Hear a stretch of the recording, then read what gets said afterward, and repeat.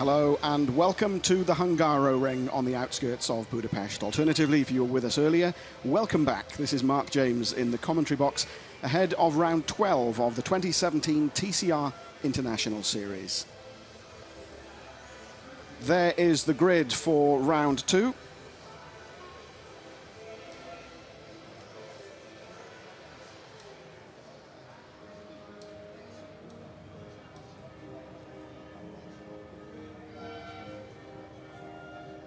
The sun higher in the sky, far more blue sky than we saw for race 1. And the temperatures potentially an issue. That is the Hungaroring, 4.38 kilometers, 14 turns. And you can see from the arrow that immediately that you cross the start-finish line, you're dropping away down towards turn 1. You then drop further away, turns 2 and 3, a climb up to turn 4 before the back part of the grid. A couple of changes then after race 1 this morning. Roberto Colciago is our new series leader with a 3-point advantage over Jean-Carl Vernet. Vernet finishing in 3rd and Colciago 4th in race 1. Matto Homola, we talked about him earlier on in that he had his qualifying times disallowed because of an infringement on the car, a technical infringement, more of a paper issue than an actual infringement. That's now all been sorted. Matto Homola started from the back of the grid and finished 10th in race 1. He starts not quite from the back of the grid, but from the back row, but 1 for race 2. That's our new series leader, Roberto Colciago, one of the 3 Mira Racing Hondas here. And it is a Honda that starts from pole position, but a man that we've not seen a great deal of, I have to say, in the TCR International Series. Taking part in the European rounds in order to qualify for the TCR Europe trophy later in the year. This is the man I'm talking about, Jens Renaud Moller in the Honda Civic. One of the oldest drivers on the grid, if I'm sure he won't mind me saying. 46 years of age from Denmark. The disappointment of crashing in Q2 yesterday, which brought out the red flags, and the team able to rebuild the car. Alongside him on the front row of the grid, from one extreme of age and experience to the other, Giacomo Altoe in the West Coast Racing Volkswagen, just 16 years of age. What can Giacomo do? What can the West Coast Volkswagens do? They had an extensive test at Adria before the Salzburg Ring, found a few things with the car that they're very positive about. And if Giacomo or his teammate Gianni Morbidelli can finish on the podium or even take a victory in this race, that will put the smiles back on the faces of the team from Sweden. Morbidelli, another of the drivers at the upper end of the age and experience bracket. Between Moller and Morbidelli, their combined age, believe it or not, is 95. Stian Paulsen alongside Morbidelli on row 2 of the grid in the Seat. Real character, Stian. Watch out for his video blogs, cataloguing his journeys around between the circuits and the rebuilds and the work that goes on that Seat. Rob Huff on row 3, former World Touring Car champion, has arrived in TCR to back up Jean-Carl Vernet's bid for the TCR title. Now there's Duncan Indy's car. We didn't see a great deal of Duncan in the first race because he had a drive shaft failure going off the start line, and so coasted down to turn 2, and so used the cut to get back through into the TCR paddock. The car now all sorted, new drive shaft, and so Duncan Indy starts from the back row of the grid, but will be keen to do well. Talking to Duncan between the 2 races, and he was saying that it's going to be difficult to overtake, but others have done it, and so he's going to be out to learn in this second race to see what he can do around the 14 laps that make up this race in Hungary. Confirmation then, Jens Renaud Moller starts from pole in the Honda Civic. Alongside him, Giacomo Altoe, round with the second row of the grid, Morbidelli and Paulsen, Huff and Colciago, Oriola and Tashi, Vernet and Michelich. And of course, Tashi taking victory in race 1 with Michelich in 2nd. Dan Lloyd from Lukoil Craft Bamboo with his teammate James Nash alongside him. And then looking further down the order, Dusan Borkovic had an issue in race 1. From what I could gather, it was something to do with the exhaust on the Alfa Romeo. Came in after, I think, 1 or 2 laps and went back out towards the end of the race, but is being brutally honest about his chances here at the Hungaroring. There is Stefano Camini's dad. Comes to a lot of the races to support his son. I suspect not a great deal to cheer here at the Hungaroring this weekend. Camini very vocal in his attack, robust defense, call it what you will, of the Audi's performance here in Hungary. And carrying maximum success ballast means that, as he said yesterday, the car is somewhere between a boat and a tank to drive. So I described Moller's car in race 1 as the grey Honda Civic. It is, of course, a shiny dark grey, even silver, although the nose that was replaced yesterday not quite matching the rest of the car. We'll forgive him that. The car is fixed, completed race 1, and quite respectably, in fact, so what can he do? We saw in race 1 that the start is all important. The Hondas always start well. So has he been taking tips from these guys, from the Mira Racing trio of Roberto Colciago, Attila Taschi, and team boss Norbert Mikelic, as how he can get away and out-drag the Volkswagens down to the first corner? The West Coast pair haven't had the best of starts in the year. They do seem to bog down slightly on the start line. The Seats, the 3 Lukoil Craft Bamboo Seats of Pepe Oriola, James Nash and Dan Lloyd, in theory, should start better. But that man may well spring a few surprises. 18-year-old Attila Taschi, already having won his first TCR International race here a little earlier today. Can he do another storming start and get up into the mix in that drag down to the first corner? We also solved the mystery of the lap counter. If you were with us earlier, we seem to be finishing the race 1 lap earlier than predicted. It is the old system, so the lap counter at the top of your screen will be counting down laps gone rather than laps on, if that makes sense.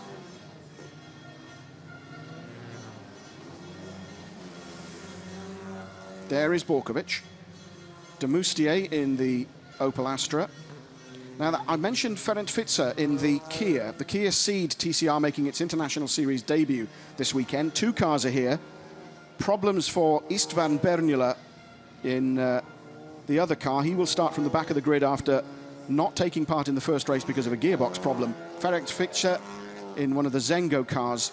They're running 3 Seats and the new Kia Ceed.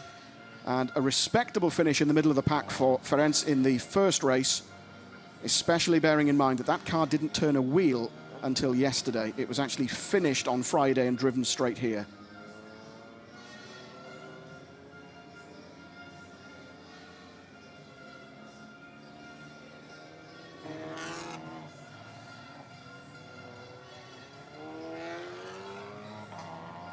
You can possibly hear the air horns and the applause in the grandstand, which is rapidly filling. And in the drivers' parade, where the drivers were presented to the crowd probably around 20 minutes or so ago, huge cheers for all of the Hungarian drivers, particularly for Mikelic and for Taschi. So then they come around turn 14, that long uphill hairpin right, which gets them back out onto the start-finish straight.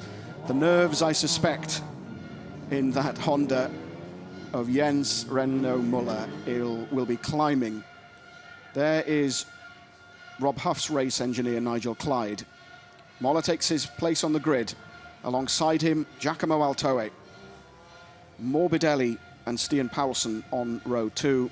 And there is Mikelic. Took pole for race 1, which means he starts race 2 from 10th on the grid. And all 26 cars entered for the event should form up on the grid. There is Bernila, I mentioned him. He didn't have the best of weekends in that new Kia. Well, let's see what he can do, starting from alongside Indy, who appears to be out of position on the back row of the grid. The green flag, however, has waved. The lights will go on in sequence. There they go. We are moments away from round 12 of the TCR International Series. The lights go off. A great start from Muller. Not so good from the 2 West Coast Racing Volkswagens. Let's see as they drag down to turn 1. Muller indeed gets the jump. And that is Taschi. already up into third position, bumping against one of the Volkswagens. Tashi having made another brilliant start. I'd like to look back at that. Oh no, that's one of the Alphas. That I think was Kajaya caught up in that, and that's one of the West Coast cars as well, caught up, as is one of the Lukoil Craft Bamboo cars, just coming around turn 1 for the first time.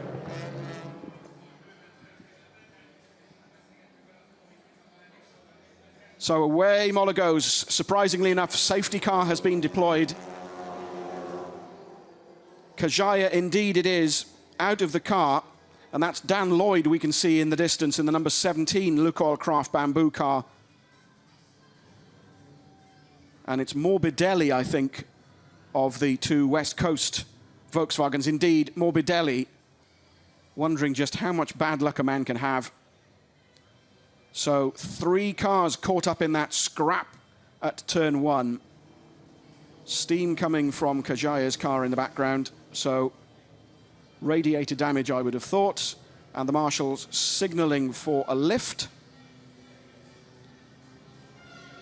The medical car, thankfully, has no customers, so it makes its way over, probably to check Dan Lloyd, but he is okay, as the marshals just make sure that there are no issues with David Kajaya's car. So, not the result Kajaya or the myriad of Georgian fans. Oh, did Moller creep forward? Was that a slight jump on the start before the lights went off? Did he anticipate the lights going off? And look at that from Tashi. Now let's look at this. There is Morbidelli. So who hit whom? Let's maybe see from another angle. Difficult to tell about a possible jump start from Moller. He did seem to creep forward ever so slightly.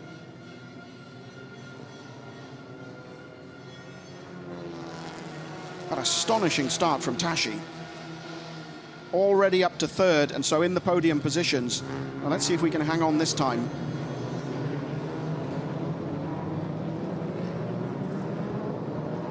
And it's one of the Leopard cars that bumped into Kajaya, who in turn sent him into Dan Lloyd, who collected Morbidelli on the way through.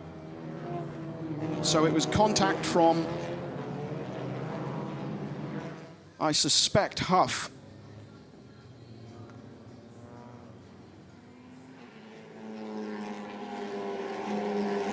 And a bit of bumping and banging through there as well. Oh, sorry, that is the same incident from a different angle. So that's the exit of turn 1. And the reaction at Leopard.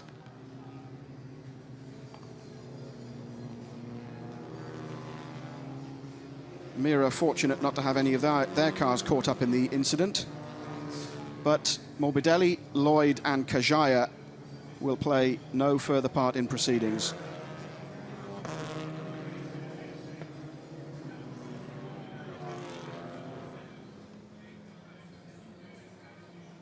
So we're back live with the action then. The safety car having picked up the race leader.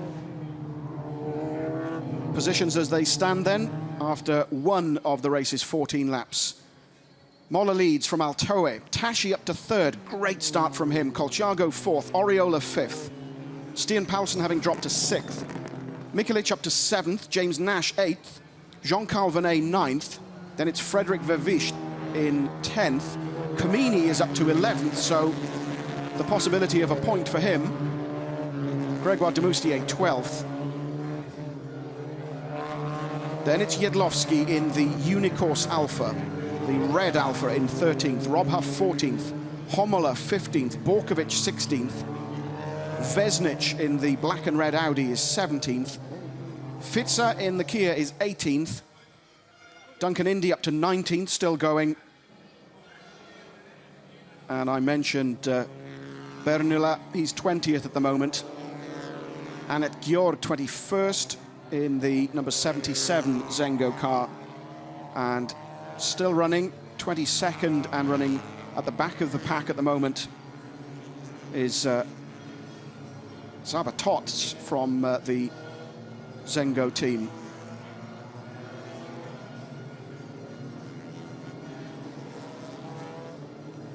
And I I think that was Kamini, lucky to avoid the incident going on. You see the three of them sliding off. Vervish comes through. And no, indeed, it was Vervish who just avoided the incident. Kamini was on the other side of the track.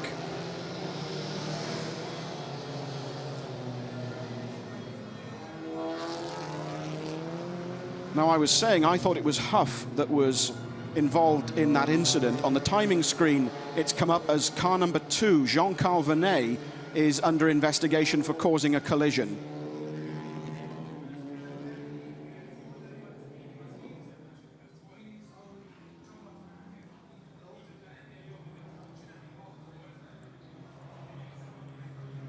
So Kajaya's car already cleared. Morbidelli's is up in the air, and Dan Lloyd's is just being dragged backwards into the gap.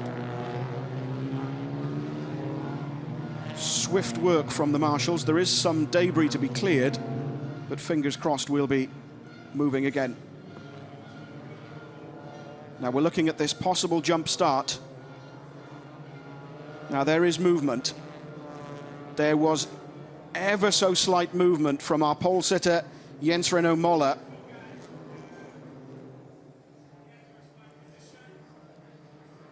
Now, what will the stewards have to say about that, if indeed anything? 2 laps completed then. We're still under the safety car because of that incident at turn 1. Jens Renaud Moller still leads from Giacomo Altoe, from Tashi, there he is, from Colciago, from Oriola. Paulsen 6th, Mikelic 7th, Nash 8th, Jean-Carl Venet 9th, Frederick Vervish in the Audi 10th, just ahead of Stefano Camini. There are the 2, black and blue come to you Audis. And Hommler already having made his way from 24th on the grid. Hommler already up into 15th. The lights are still on the Audi safety car. Safety car is coming in this lap, I'm told. So the safety car will be coming in this lap. So that'll be 3 laps done. 11 laps remaining of this race. So, safety car lights are off. It peels away into the pits. Moller controls the restart. He comes into turn 14. No overtaking, remember, until they're across the start-finish line. Hammer down from Moller. Altoe goes with him, as does Tashi, as does Colciago. Racing again here at the Hungaroring.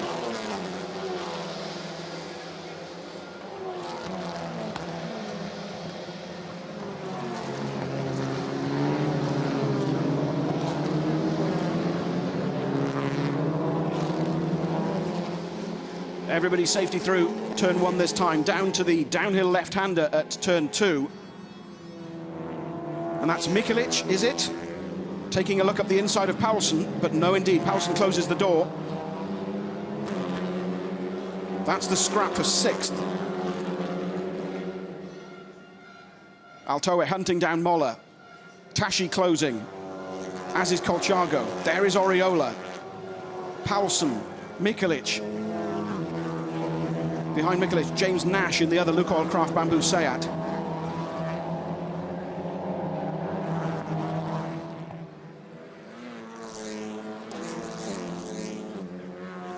Three Hondas in the top 4 positions then, but the sight that we're not particularly accustomed to, which is Moller's car leading the race from Giacomo Altoe.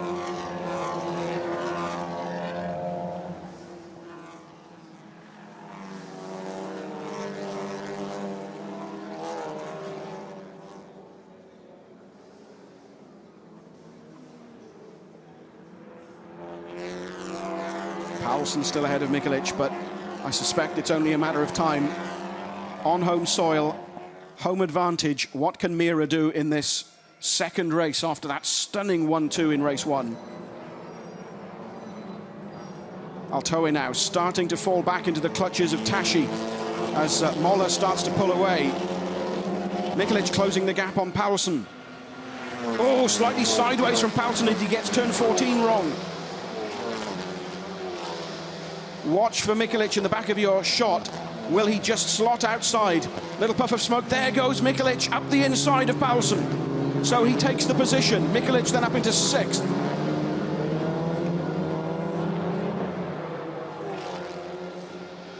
concentration on the face of the Mira mechanics. So Mikelic up into 6th, all 3 of their cars in the top 6. Through turn 3 up to 4, the climb starts. There goes Moller, our race leader, Altoe, Tashi, Colciago, Oriola, Mikelic, Paulsen.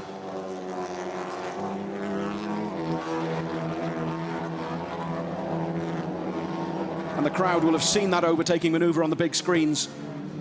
So expect a cheer the next time Mikelic comes through to complete the lap. Now that's de Moustier and Hommler either side of Huff. De Moustier 12th, Huff 13th, Hommler 14th.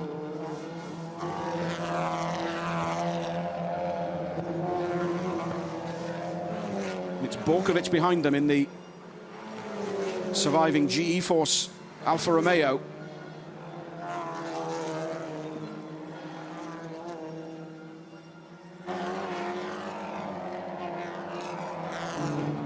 Two cars under investigation. Altoe under attack from Tashi, who squeezes up the inside. Is this second place changing hands?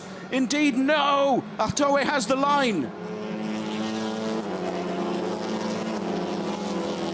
Moller still leads. Altoe hangs on to second. He's trying to shake off Tashi. The crowd love it.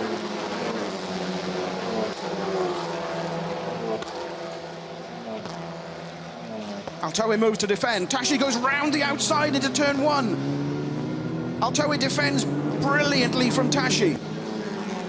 The 16-year-old fighting off the 18-year-old. As Oriola makes a move on Colciago. And through goes Tashi into second place.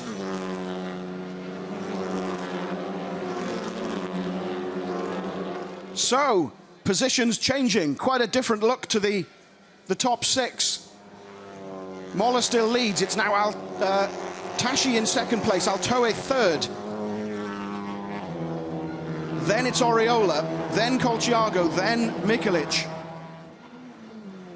Just waiting for my screens to catch up. What I was going to tell you was that 2 cars, Jean Calvinet and Oriola, are under investigation for an infringement at the restart behind the safety car.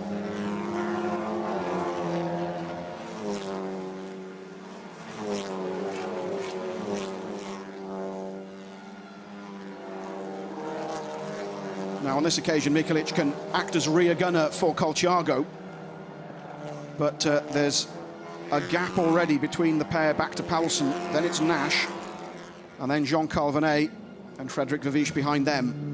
There is Vavish, there is Camini at the back of your shot. Moller then, from Tashi, Altoe, who's now coming under attack from Pepe Oriola. Then it's the 2 Mira Hondas, then Paulsen. So watch Oriola.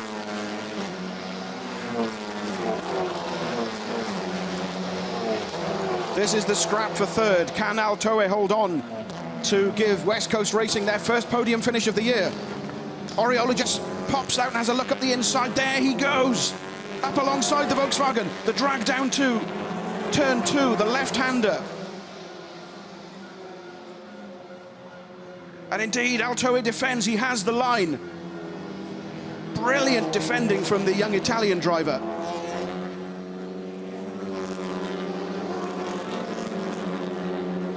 So Moller still leads. Tashi off in hot pursuit. Wouldn't this be an absolute dream for the team if Tashi can take his 2nd win, back-to-back victories at his home event? Oriola slightly ragged, but all over the back of Altoe's car, pursued by the 2 Hondas. It's Colciago first, then Mikelic. Oriola weaves more psychologically, I think, to upset Altoe. This is the scrap worth following. This is the battle for the final podium position. Giacomo Altoe in the West Coast Racing Volkswagen, holding off Pepe Oriola, Lukoil Craft Bamboo, Seat Leon, and the 2 Honda Civics of the Mira Racing team. Roberto Colciago ahead of Norbert Mikelic in 5th and 6th respectively.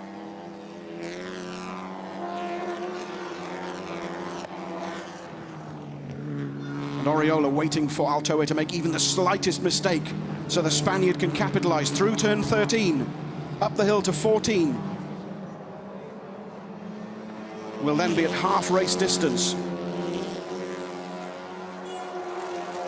And the laps under the safety car will count as race distance here at the Hungaroring. There is Oriola.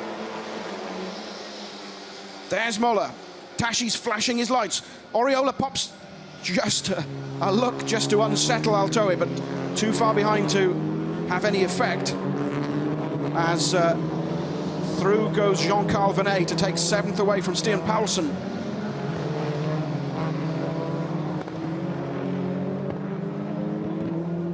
And Huff now scrapping with Comini. There is Vervish. Huff trying to take 11th position away from Comini, but the two-time TCR champion defending.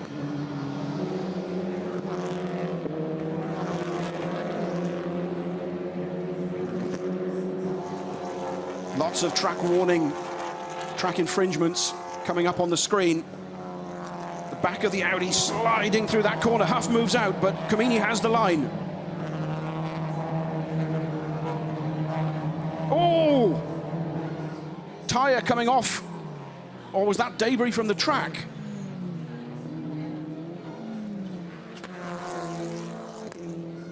Or was that damage to the back of Comini's car?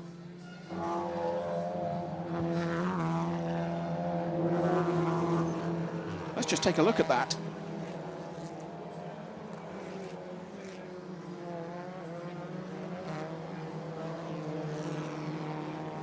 No, track debris. Anxious moments for Leopard.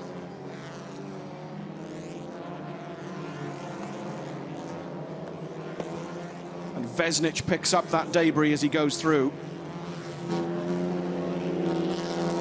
Back down live then to come up to the end of turn 8. Yellow flags at turn 8.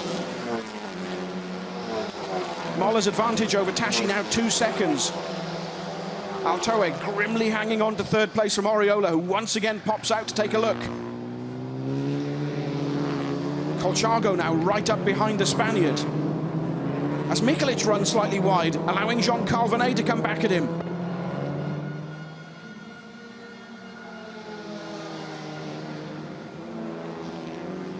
The crowd in the grandstand willing Attila Tashi on, 2 seconds behind Jens Renaud Muller. And in comes Borkovic at the end of a torrid weekend for the G-Force team and the Alphas. Frustration in the first race, came in with a problem, we think with the exhaust, and then went back out towards the end of the race.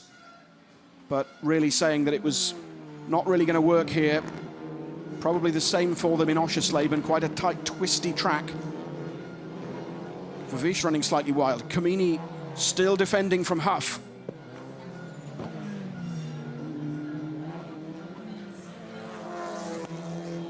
Coming through turn 6 and 7, the left-hander now at turn 8. Turn 9, the right-hander.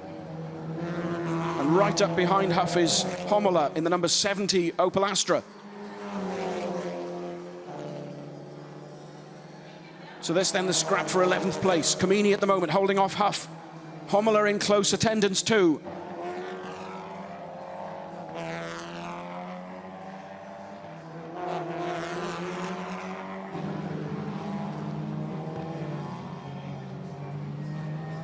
This is turn 13.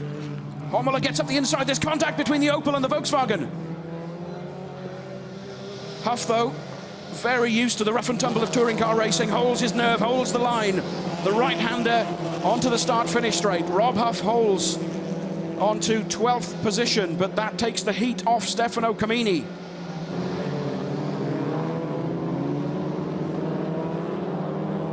As Homola moves across to the left-hand side of the track as they look at it.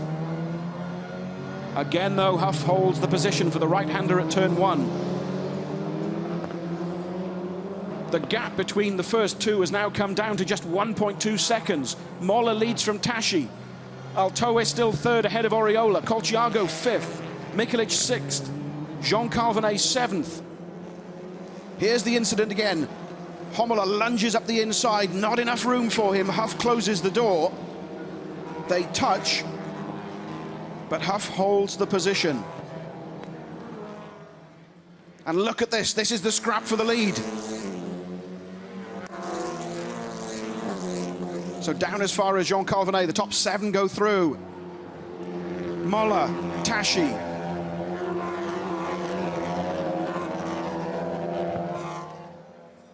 We should then see Altoe scrapping for 3rd with Oriola still. There they are in the background. Colciago and Mikelic still just behind them. But this is potentially a fascinating scrap. 2 identical cars, both prepared by Yas of Italy. One run by Renault Racing for Jens Renault Müller. The other run by Mira Racing for Attila Tashi.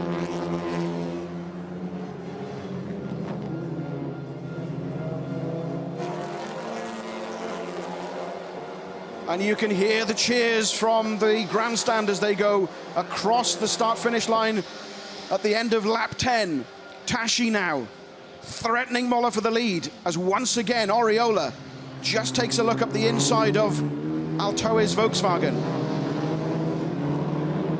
Then the gaps are opening up. This is the next scrap we're looking at, this 3-way fight between Comini, Huff and Homola. The fight for 11th place, so not for points, but for glory between Audi, Volkswagen and Opel. And remembering Comini's comments, centimetres between the pair. Comini saying that the car was undrivable, yet he seems to be doing a pretty good job of holding off a former world champion in a Volkswagen. 0.3 of a second now, the gap between Tashi and Moller. Altoe still holding off Oriola.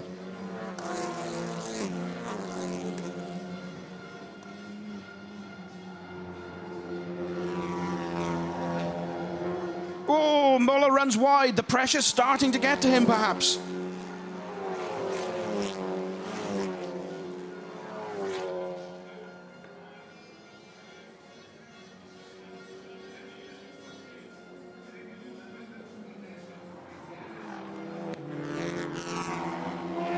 Venet and Mikelic, side by side they go. Venet, I think, has got the position, but Mikelic has got the line. Around turn 13 they go. The lead has just changed hands. It's Attila Tashi who storms past Müller. Listen to the cheers as he comes up the start-finish straight.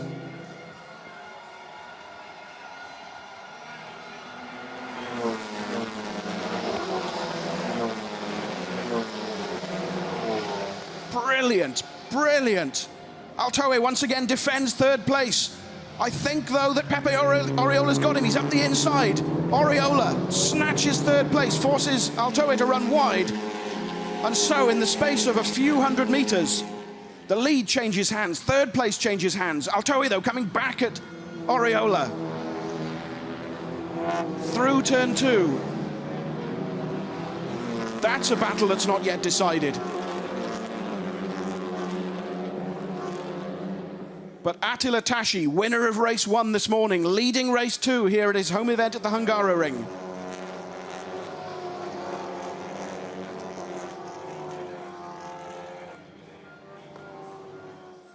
There is Tashi, Moller in 2nd, Oriola 3rd, 4th is Altoe, 5th is Colciago, 6th is Mikelic, 7th is Jean Calvinet, 8th is Paulsen, 9th is Nash, Frederick Vervisch is 10th, and then there's that scrap we were watching earlier between Comini, Huff and Homola.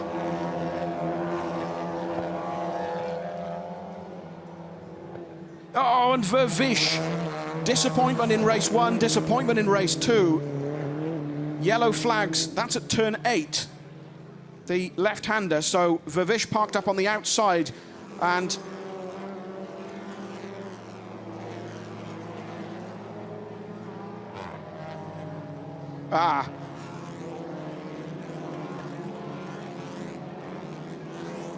so the wheel back in the wheel arch. I was looking for a puncture, but the cause is more spectacular and more obvious. As completing lap 12 is Attila Tashi, our race leader, already with a 1.1 second advantage over Jens Renaud Moller. Pepe Oriola now closing up on Moller. Altoe fourth, then the two Hondas of Colciago and Mikelic, then Venet coming back at Mikelic once again.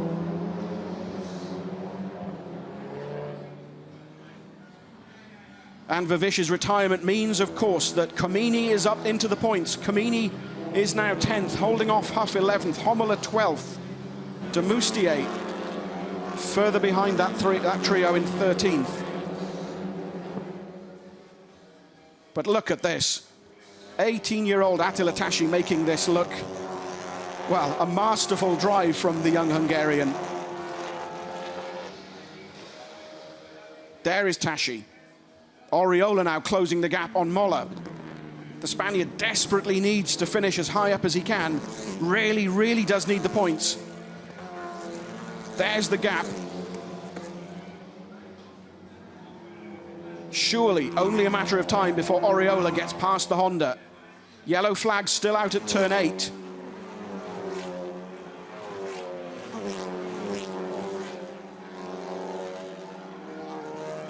That's turn 11, so we're through the yellow flag sector. Oriola just pops out to take a little look.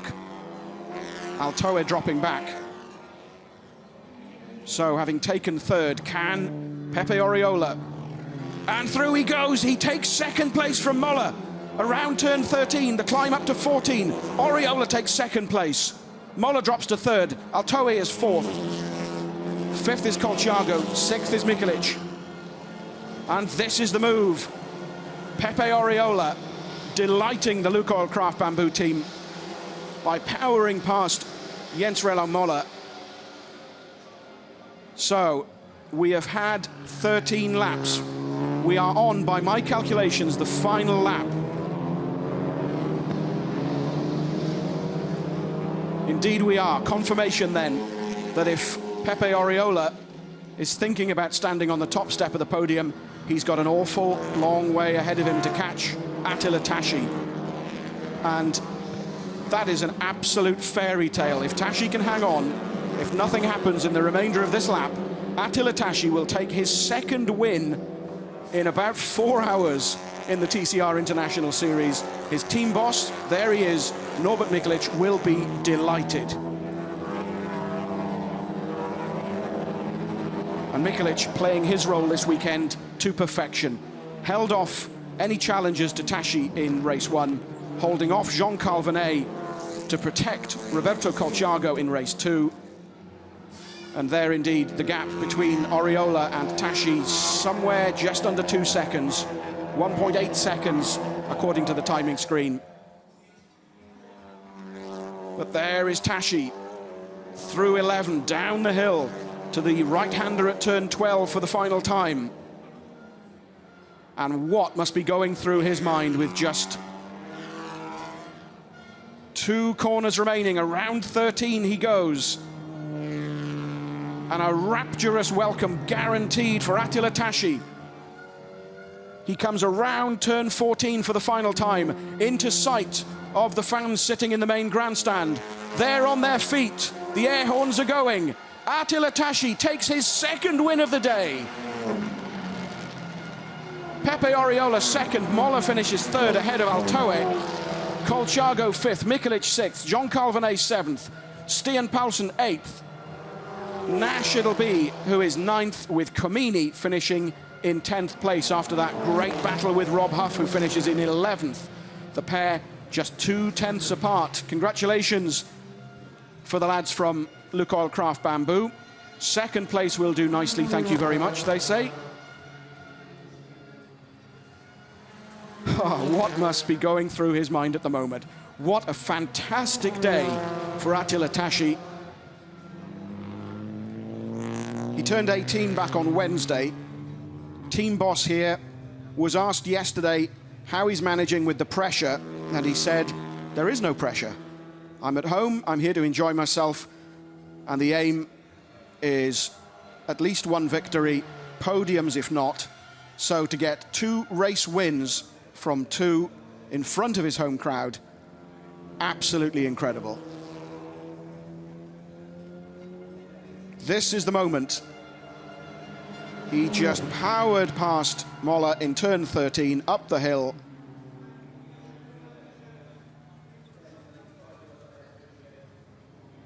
Fantastic.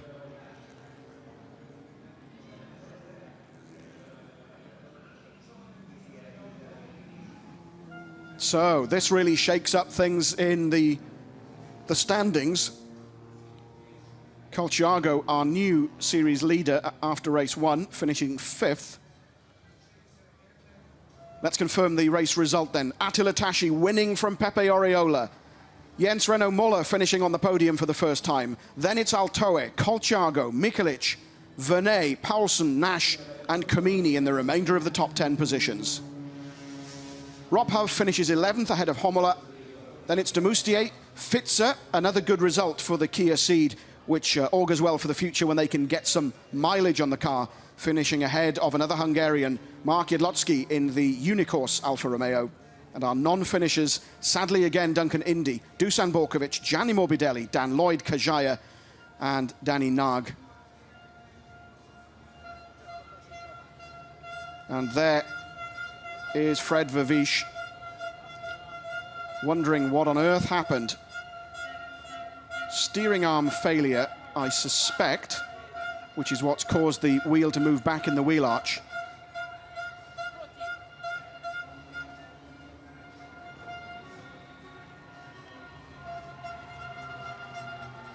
And once again, the top 3 will be making their way round into the pit lane, while the remainder leave the circuit at turn 2 and make their way back into the TCR paddock. But listen to the reaction.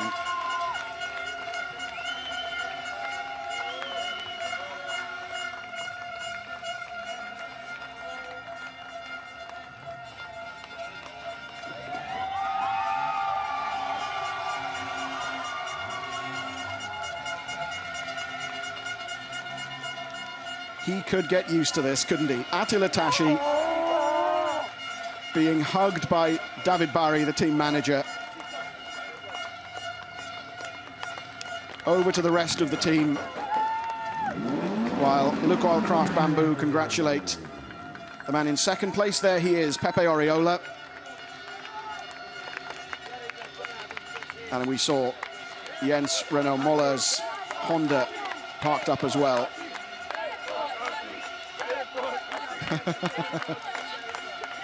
The team break out the T-shirts commemorating his sponsor as well.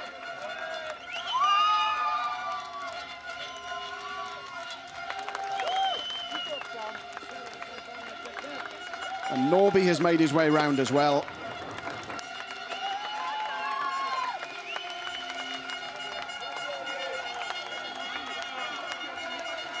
I have a feeling this party may go on for some time.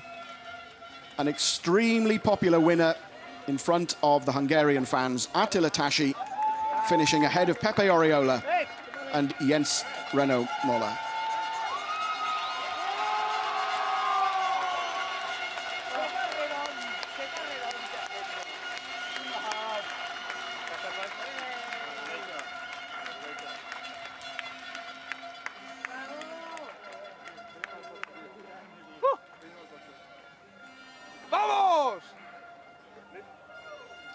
There's another happy man.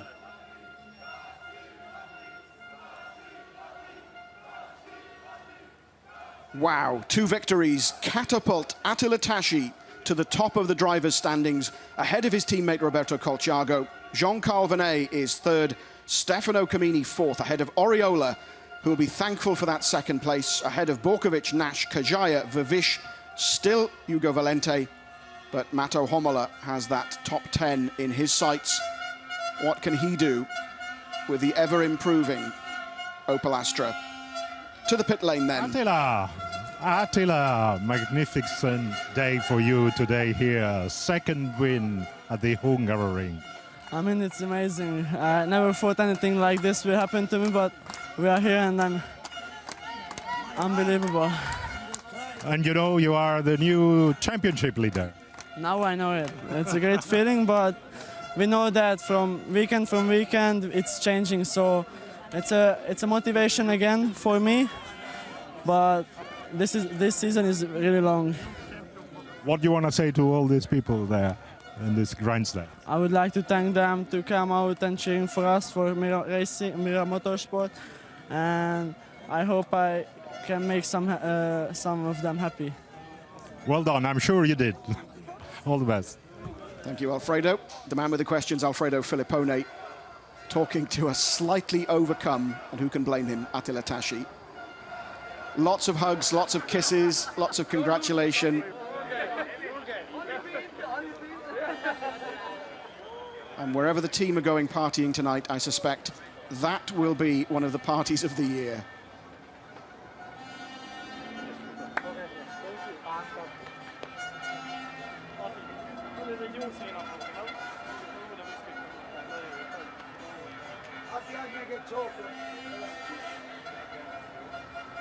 So our new series leader, Attila Tashi, 2 victories back-to-back.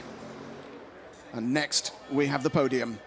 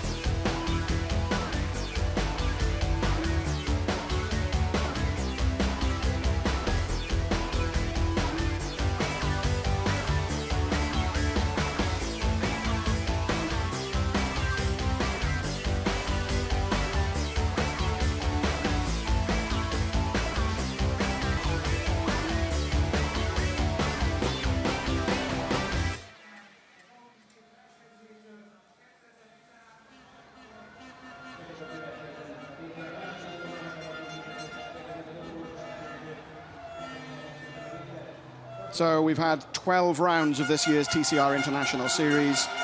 No fewer than 5 of them have been won by Mira Racing drivers. This young man cannot believe what's happened today.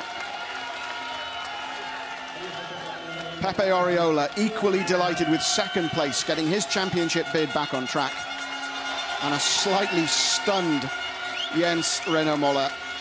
Team boss Norbi Mikelic, you can see what that means for him as well.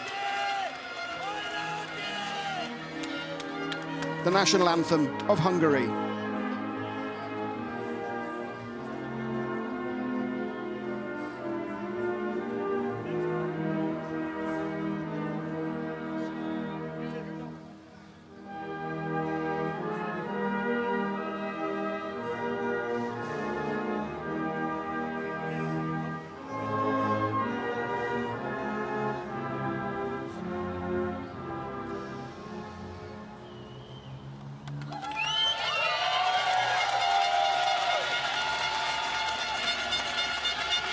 So the leaderboard of victories looks like this. Colciago has 3 wins. Comini has 2 wins. Tashi now has 2 wins. And then it's 1 apiece for Kajaya, Oriola, Borkovic. Apologies, Borkovic has 2. Vinay has 1.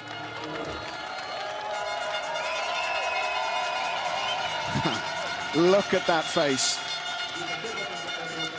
Those trophies will take pride of place in the Tashi household. Congratulations too for Norbi Mikelic. The dream weekend. Fastest in both free practice sessions. Pole position for Mikelic and 2 race victories for Tashi. 2nd place to Pepe Oriola.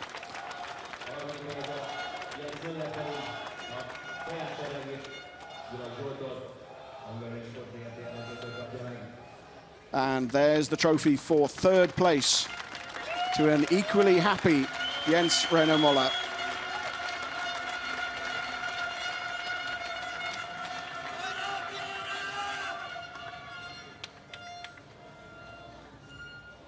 So, photographs next.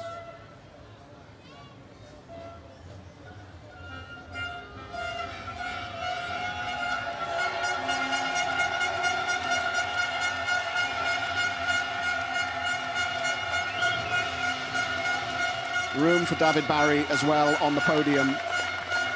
The weekend has belonged to Mira Racing, and that champagne will taste extremely sweet. They can now splash it around with a bit more abandon than they did after race one.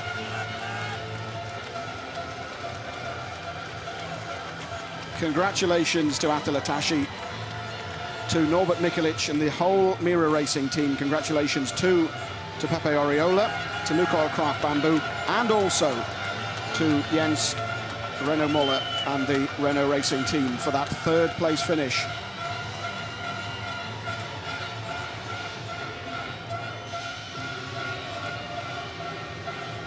Confirmation then of the results of the 12th round of the TCR International Series. Attila Tashi finishing ahead of Pepe Oriola and Jens Renault Moller. Altoe, Colchago, Mikelic, Venet, Paulsen, Nash and Kamini round off the top 10.